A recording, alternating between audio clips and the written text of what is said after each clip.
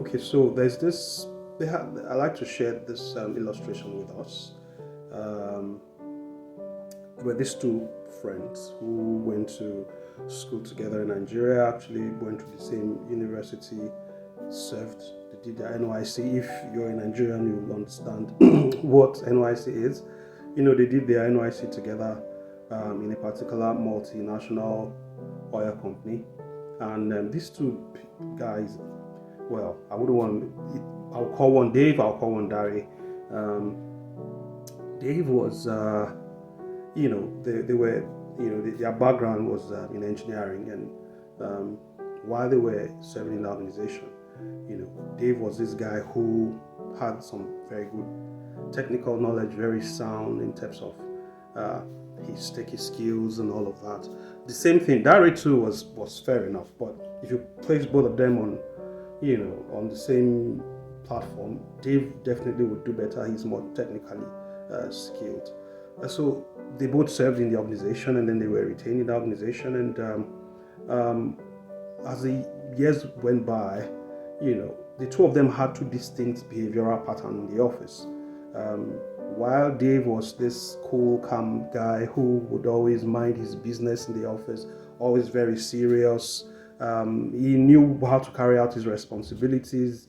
He did just what he needed to do. He was that guy that you give him a task to do, he does it neatly and nothing goes wrong. He knew his skills and all of that. On the other hand, Dari too was the same kind of a person. He too was quite good on his job. But the difference between Dari and Dave was that Dari was more outgoing in the office. Dari was more sociable in the office. He related with people more. Dari was willing to help people. He was willing to make people know what he knew, the skills he had. He would volunteer to do stuff in the office. He would, when he's passing by somebody and he sees someone's, a colleague struggling to sort out a certain task and he knew how to do it, maybe something on Excel, for example, he would just volunteer even when he's not asked. And gradually people started recognizing him as that guy you go to when you have challenges, and so in the office, that was how, they treated Dari. And so they continued like that. And then guess what? In about 6-7 years down the line on the job, Dari became the manager of Dave. So Dave was reporting to Dari. There was a time when they needed to do some changes in leadership and all. There was a managerial position, and management had to make a decision based on, first of all, they spoke to every other colleague in the office, who they want between this person, and everybody chose Dari. And their question would be, why would they choose Dari today? Is it because Dari was more intelligent than Dave? Was it because Dari had more skills than Dave? No, the answer is no. That's not the situation. In fact, if we were to look at it from technical standpoint, Dave had more technical qualities or technical skills than Dari. But Dari was chosen because he was the one that knew how to serve people. He knew how to serve his colleagues. He knew how to serve his organization with his giftings and his skills. The little he knew how to share it. He was the one that, when it comes to leadership, people want somebody who can relate, not just somebody who has technical knowledge.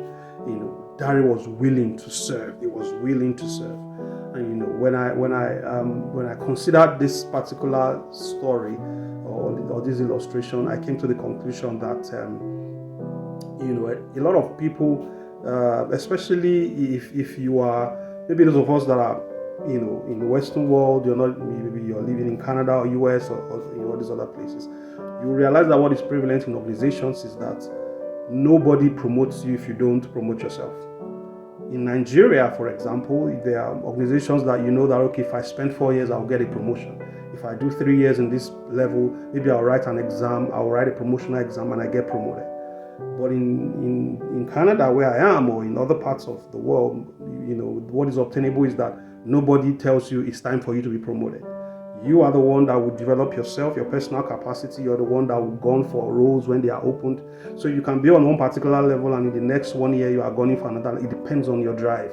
It depends on the service you render. It depends on what you bring to the table, right? And then you can contest. You can contest for any role with any other person. It doesn't matter. There are people who can remain in a role for 30 years. Somebody can be on a role as a clerk or as a trainee for another 10 years. Nobody will come and say, oh, it's time for you to be promoted. You're the one that will sell yourself. You're the one that will promote yourself. And so I like to always tell people, sell yourself. How do you sell yourself? Is through service. Let people know what you can do. This idea or this attitude of, I want to keep whatever it is I know to myself. I want to mind my business in my place of work. Nobody should talk to me. There are people who resume work in the morning till in the evening. Their headphones or their earpiece is stuck into their ears. They don't want anybody to talk to them.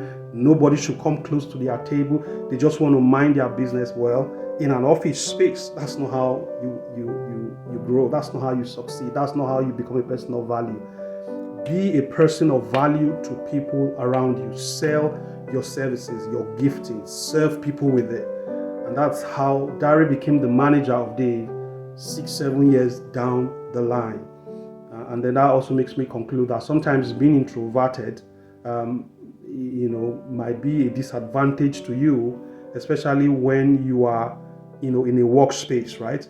And I always like to tell people that most times, silence, keeping to yourself and being silent in a space where, there are so many people who have the same qualities and characteristics that you have, it's a disadvantage. Silence might not be golden sometimes, especially when your close substitutes are around you.